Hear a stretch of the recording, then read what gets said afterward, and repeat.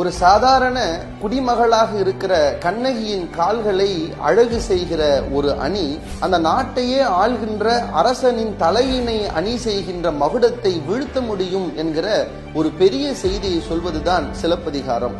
அரசியல் பிழைத்தோருக்கு அறம் கூற்றாகும், உரைசால் பத்தினியை உயர்ந்தோர் ஏத்துவர், உள்வினை உறுத்து வந்து ஊட்டும் என்கிற மூன்று பெரிய உண்மைகளை நமக்கு சிலப்பதிகாரம் சொல்வதை பார்க்க முடிகிறது.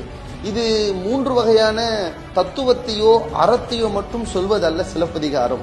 ஏன்னா அந்த காலத்தில் எழுதப்பட்ட எல்லா நூல்களும் ஒன்று சோழனை புகழ்வதாயோ, இல்லை என்றால் சேரனை புகழ்வதாயோ, இல்லை என்றால் பாண்டியனை புகழ்வதாக மட்டும்தான் இருக்கும்.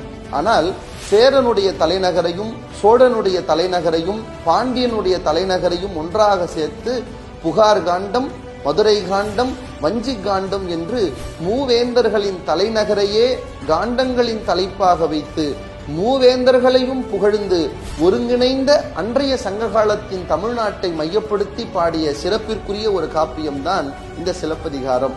அதுல இன்னும் ஒரு பெரிய சிறப்பு என்னன்னா, எப்போதும் உலகத்தில் உலக இலக்கியங்களை எல்லாம் சாதாரண பொதுமக்கள் புலவராக இருந்து மன்னனை பாடுவார்கள்.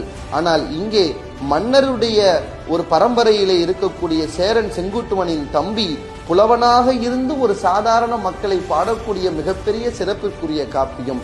அது மட்டுமல்ல, தமிழிலே கிடைத்த முதல் காப்பியமே அந்த காப்பியம்தான் என்பது நமக்கெல்லாம் இன்னும் ஒரு கூடுதல் சிறப்பு.